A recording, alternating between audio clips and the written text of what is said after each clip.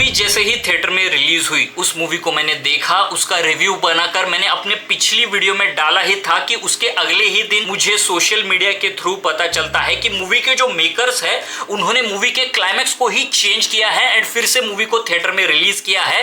And I was like what.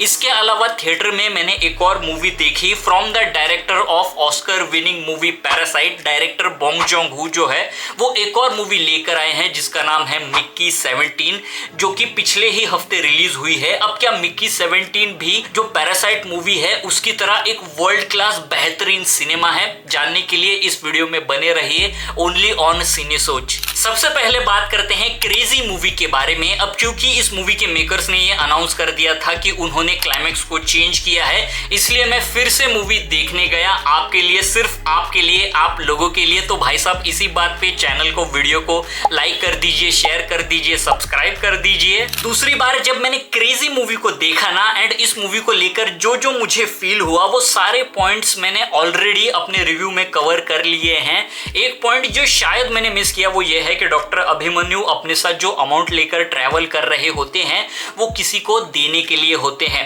Hospital में उन्होंने एक गलती की होती है जिसको सेटल करने के लिए वो ये अमाउंट किसी को देने जा रहे होते हैं। इसी बीच किडनैपर का कॉल आता है एंड एग्जैक्टली वो सेम अमाउंट डिमांड करता है। अब जो डॉक्टर अभिमन्यु है उनको अपने लाइफ, अपने करियर एंड अपनी जो बेटी है, इन दोनों में से किसी एक को चूज करना होगा। इसके अलावा मैंने मूवी को लेकर कहा था कि ओवरऑल जो मूवी है मुझे बढ़िया लगी थी, लेकिन जो एंड है वो मेरे लिए लैंड नहीं किया था, मुझे पसंद नहीं आया था। और डिटेल में जानने के लिए आप उस वीडियो को चेकआउट कर सकते हैं जो कि इससे ही पहले का वीडियो है। मैं नीचे डिस्क्रिप्शन में भी इसका लिंक दे दूंगा मेरे इस मूवी को लेकर जो ओपिनियन है, जो रिव्यू है उससे रिलेटेड। अब फाइनली बात करते हैं मूवी के क्लाइमैक्स को लेकर। तो मूवी का जो क्लाइमैक्स है जैसा कि मैंने कहा था मुझे पसंद नहीं आया था एंड शायद मेरे जैसा ही सिमिलर ओपिनियन बहुत सारे लोगों का था। एंड इस क्रिटिसिज्म को सुनकर जो मूवी के मेकर्स है शायद उन्होंने डिसाइड किया कि मूवी का जो क्लाइमैक्स है उसे चेंज करके थिएटर में फिर से रिलीज करते हैं। एंड जब मैं दूसरी बार मूवी देखने गया एंड मूवी का जब क्लाइमैक्स आया ना, तो जो क्लाइमैक्स है, जो एंड है, ऐसा कुछ उन्होंने ड्रास्टिक कंप्लीट उसे चेंज नहीं किया है। जो सीन है वो सेम ही है, बस कुछ चीजें उन्होंने ऐड की है, निकाली है, चेंज की है। Character wise, scene wise, music wise जो सीन को ना और ज्यादा पावरफुल एंड इम्पैक्टफुल बनाती है। सो मच सो दैट कि by the end of the movie I was emotional for the father daughter bond, जो कि पहले वाले एंडिंग में मुझे बिल्कुल फील नहीं हुआ था। आई वुड डेफिनेटली से कि ये वाली एंडिंग जो है वो इंप्रूवमेंट है पहले वाली एंडिंग से, विच आई रियली लाइक्ड। तो अगर आपने ओरिजिनल एंडिंग के साथ मूवी देखी है एंड आपको मूवी पसंद आई थी तो डेफिनेटली आप इस मूवी को चेंज एंडिंग के साथ देख सकते हो, क्योंकि it is an improvement and definitely you will have a better experience. दूसरी मूवी जो मैंने देखी उसका नाम है मिक्की 17, जो कि एक फ्यूचरिस्टिक साइफाई दुनिया में सेट है, जिसका मेन किरदार जो है उसका नाम है मिक्की, जिसका रोल प्ले किया है रॉबर्ट पैटिंसन ने, द बैटमैन ने।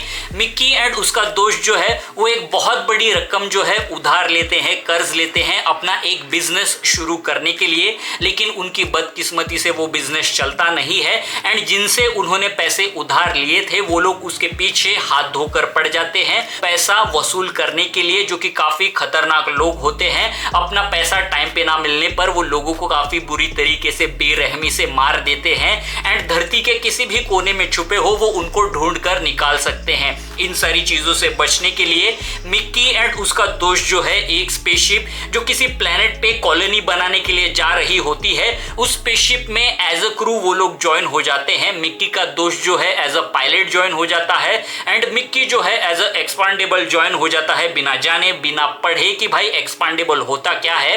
तो एक्सपांडेबल में होता ये है कि एक इंसान जो है उसकी जो मेमोरी है, डाटा है, एक ईड जैसी चीज में स्टोर किया जाता है और एक मशीन की मदद से इंसान को प्रिंट किया जा सकता है। बेसिकली उसका क्लोन, डुप्लीकेट, रेप्लिकेट जो है वो प्रिंट किया जा सकता है, बनाया जा सकता है। एंड एक्सपांडेबल का काम होता है अननोन जगह पे, अननोन प्लेसेस पे, डेंजरस जगह पे, डेंजरस मिशन पे जाकर वहां से चीजें, डाटा, इंफॉर्मेशन कलेक्ट करके वापस लेकर आना एंड इसके अलावा जो स्पेसशिप पे साइंटिस्ट है उनका जो भी एक्सपेरिमेंट है, टेस्ट है, उसका टेस्ट सब्जेक्ट बनना। एंड क्योंकि मिक्की जो है वो इकलौता इंसान होता है जो इस एक्सपांडेबल का हिस्सा होता है, तो उसको मजदूर की तरह फटे काम करवाया जाता है, क्योंकि इन सारी चीजों में अगर उसकी मौत भी हो जाए तो फिर से उसको वापस बनाया जा सकता है, उसका डुप्लीकेट रेप्लिकेट बनाया जा सकता है। एंड इसलिए 1 से लेके 16 बार अलग अलग तरीके से मिक्की की जो है वो मौत हो जाती है। एंड जो 17वां मिक्की है वो इस कहानी का मेन किरदार है, hence the title of the movie Mickey 17। Finally जब ये स्पेसशिप अपने डेस्टिनेशन प्लैनेट पर पहुंचता है तो मिक्की 17 को एक टास्क दिया जाता है उस प्लैनेट पर उतरकर वहां से एक चीज लेकर आने के लिए। लेकिन किसी कारणवश वहां पर एक हादसा होता है, जिसके बाद ये अज्यूम कर लिया जाता है कि जो मिक्की 17 है उसकी मौत हो चुकी है, जबकि वो जिंदा होता है। एंड सुरक्षित स्पेसशिप पर लौट कर आता है, अपने कमरे में जाता है और देखता है कि उसका एक और क्लोन जो है वो बनाया गया है, ये अज्यूम करके कि 17 की मौत हो चुकी है, मिक्की 18 जो है वो बनाया गया है, जो कि हो नहीं सकता, गलत है, उनके रूल्स के खिलाफ है। अगर एक से ज्यादा क्लोन मिल गए, डिस्कवर हो गए, तो जो एक्सपांडेबल एम्प्लॉय है, जो इंसान है, उसको उसके जितने भी क्लोन्स है उसके साथ, उसके डाटा के साथ डिस्ट्रॉय कर दिया जाएगा, मार दिया जाएगा। अब आगे की कहानी कैसे अनफोल्ड होगी, क्या होगा, ये जानने के लिए आपको ये मूवी चेकआउट करनी पड़ेगी, जिसका नाम है मिक्की 17। मूवी फनी है, एंटरटेनिंग है, हिलेरियस है, ह्यूमरस है, जिसके अंदर डार्क कॉमेडी के एलिमेंट्स है। एंड जो कहानी है ना, ऐसी कुछ टिपिकल प्रेडिक्टेबल क्लीशे कहानी नहीं है। स्टार्ट से लेके एंड तक आप प्रेडिक्ट नहीं कर पाओगे कि मूवी कौन से डायरेक्शन में जा रही है, आगे क्या होने वाला है। एंड इन 2 रीजंस की वजह से ना थ्रू आउट आप मूवी के अंदर एंगेज रहते हो, आप एनग्रॉस्ड रहते हो। इस मूवी का एक जो ह्यूमर है, एंटरटेनमेंट है, उसके पीछे एक थीम है, मेटाफर है, लाइफ को लेकर, डेथ को लेकर, ह्यूमन के माइंडसेट को लेकर, ह्यूमन काइंड को लेकर। एंड ये मूवी उसी चीज को एक्सप्लोर करती है, जो मिक्की का कैरेक्टर है जो बार बार मरता है, जिंदा होता है। एंड उसकी वजह से बाकी के कैरेक्टर उसके सामने ये सवाल रखते हैं कि what does death feel like, मरना कैसा फील होता है। जैसे हमें हमारे लाइफ में कुछ एक चीज जो दिल से चाहिए होती है, जिसे हम एस्पायर करते हैं, जिसे हम पाना चाहते हैं, एक बार जब वो चीज मिल जाती है, कुछ टाइम बीतने के बाद उसकी जो वैल्यू है हमारे लिए वो उतनी रहती नहीं है। क्या वैसा ही जो मिक्की है वो फील करता है? क्या वैसा ही हमें फील करना चाहिए? क्या मिक्की को डेथ को लेकर एक जो फियर है वो खत्म हो चुका है? क्या डेथ के मायने उसके लिए उतने नहीं है? क्या डेथ को लेकर एक जो पर्सपेक्टिव है उसके लिए चेंज हो चुका है? ये मूवी जो है और भी सब्जेक्ट्स को, मुद्दों को एक्सप्लोर करती है। जैसे कि इस मूवी के अंदर, इसकी दुनिया के अंदर एक जो टेक्नोलॉजी दिखाई गई है वो इतनी एडवांस है, उसकी मदद से हम लोग डिस्ट्रक्शन भी कर सकते हैं, लेकिन ह्यूमन काइंड के बेटरमेंट के लिए भी उसका इस्तेमाल कर सकते हैं, दूसरों की मदद कर सकते हैं। इसके अलावा ह्यूमन का एक जो माइंड है, एक जो थिंकिंग है, वो भी इस मूवी के अंदर एक्सप्लोर की गई है कि कैसे इंसान जो है अपनी स्पेसशिप लेकर दूसरे प्लेनेट में, दूसरे गैलेक्सी में जाता है, लेकिन उनकी जो थिंकिंग है वो कभी चेंज नहीं होती है।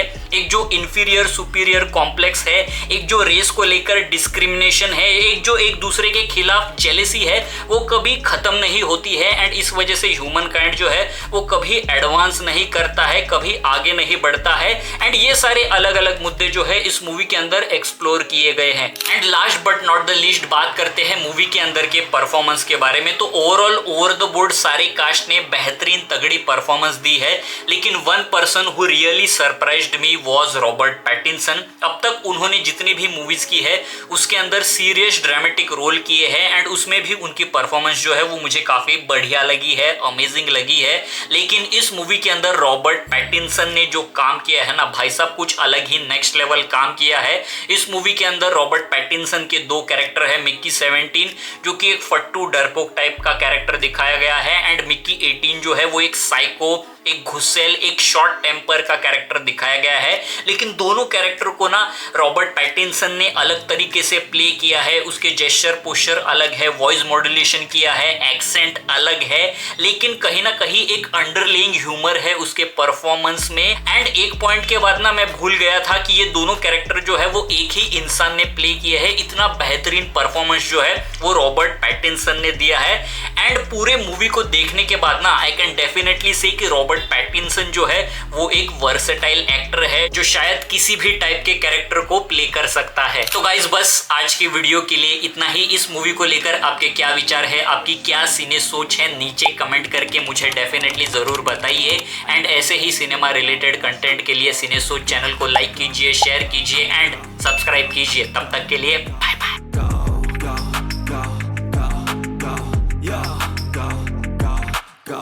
Hustle hard, hustle every single day.